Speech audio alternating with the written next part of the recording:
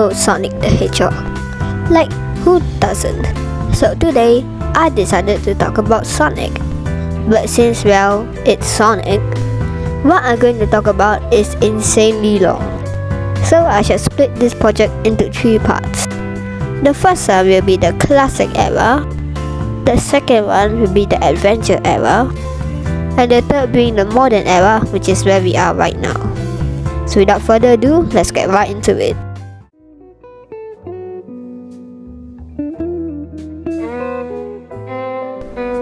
Now, during the 1980s, Nintendo was the king of the video game industry. They had absolute bangers such as Super Mario and Donkey Kong. No one really dared challenge Nintendo, that is until, of course,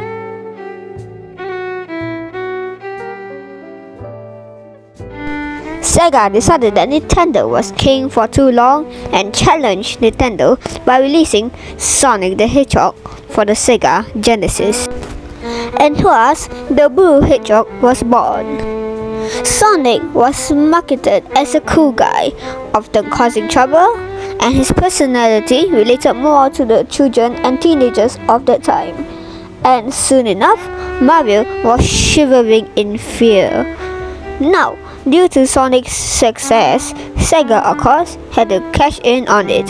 So, in 1992, they released Sonic 2.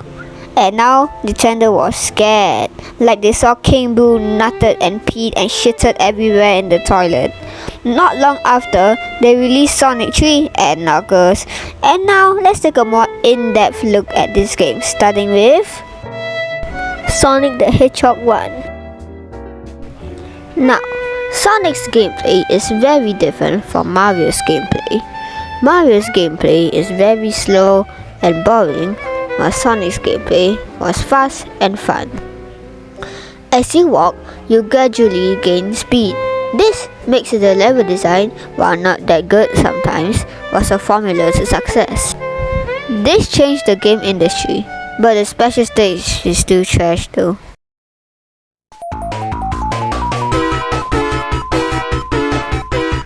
Oh no, it seems like the evil Dr. Eggman is turning animals into robots. Run through stages such as Green Hill, Marble Zones and many more to destroy as many badniks as possible. And if you finish every zone with 50 rings, hop onto the giant ring and go beat the special stage to collect the Chaos Emeralds. Sonic 2. Sonic 2 was released not long after in 1992. The gameplay is almost the same, except they include another mechanic to make the gameplay even faster, the Spin Dash. This game also included another main character of the Sonic franchise, Tails. Tails has 2 tails which propel to make him fly. Dr. Eggman now needs the Chaos Emeralds to power his new project, the Death Egg. You need to snatch the Chaos Emeralds before Dr. Eggman. Once you collect all 7 Chaos Emeralds, you can turn into Super Sonic and beat the stages with supersonic speed. Now, however, the special stage is actually quite fun and includes 3D. Sonic 3. Now, the gameplay is basically the same as Sonic 2. Except this time, they introduced the Insta Shoe, which I actually don't know how to use. Now, Tails can actually fly. And this game introduces a new character which will also be a main character in the future of the fuck.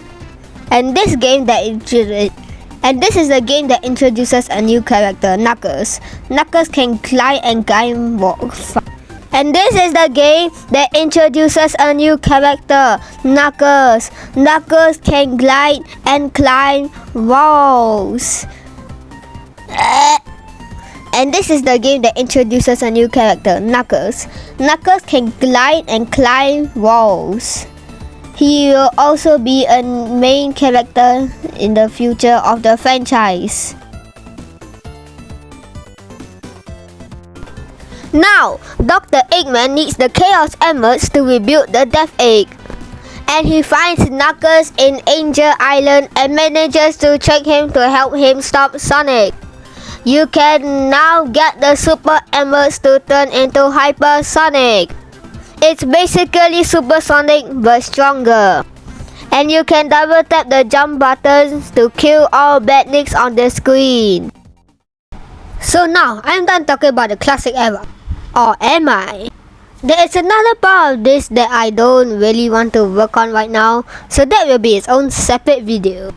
It will cover the weird games like Sonic CD and 3D Blast.